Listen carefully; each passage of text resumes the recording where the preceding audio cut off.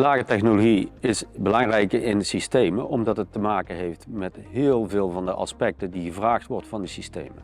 Denk daarbij aan nauwkeurigheid, levensduur van het systeem, smeeronderhoudsintervallen.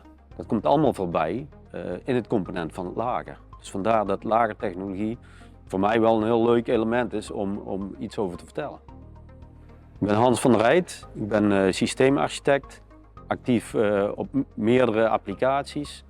Denk daarbij aan semiconductormachines, maar het kan ook zijn medische apparatuur. En in die rol ben ik als systeemarchitect in grotere teams verantwoordelijk voor conceptontwerp, maar ook wanneer de detailontwerp ervoor te zorgen dat het team technisch inhoudelijk op het juiste pad blijft. Ja, ik vind het leuk om mensen versneld bij te brengen, wat anderen, mijzelf en anderen, als fouten al in het verleden gemaakt hebben. Mensen te behoeden dat weer te doen. En dat zijn ook allemaal elementen die gewoon heel snel weg te leren zijn. Dus dat vraagt geen dagenstudie, dat komt voorbij met heel veel voorbeelden en met simpele analyses. In mijn werkomgeving heb ik te maken met allerlei verschillende vragen, allerlei verschillende toepassingen. Daar horen ook verschillende lagertechnologieën bij.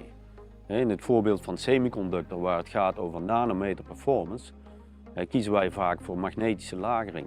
Omdat daar heel veel voordelen qua performance aan zitten. In andere gebieden, zoals medische toepassingen, ja, dan moet het vaak wat kosteneffectiever. En zijn rollendagers weer een verstandigere keuze. Maar het hangt heel erg af van welke toepassing en wat er van de systemen gevraagd wordt, welk lagertype je het best kunt gebruiken.